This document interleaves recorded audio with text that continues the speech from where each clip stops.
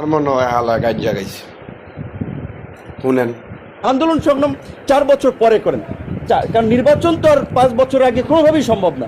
কেয়ামত হয়ে গেলেও তো নির্বাচন সম্ভব না, কারণ জনগণ ম্যান্ডেট দিয়েছে এই সরকারকে 5 বছরের জন্য।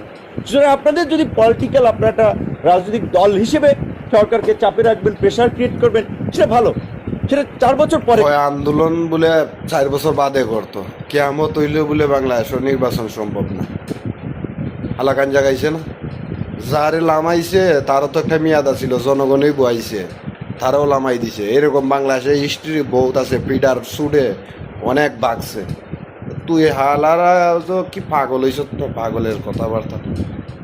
আন্দোলন হইলে 4 বছর পরে করে কেয়ামত হইলেও সম্ভব না। কি রে বেটা, তুই কি আল্লাহর বাইরে গেছিস কি? তোর যে আল্লাহ আমার যে ভগবানের বাইরে গেছিস, কেয়ামত হইলে সম্ভব না। পাগলে গাঞ্জা গাইছে না, কথা তো বুঝা যায় গাঞ্জা গাইছে। আপনারা কি কর?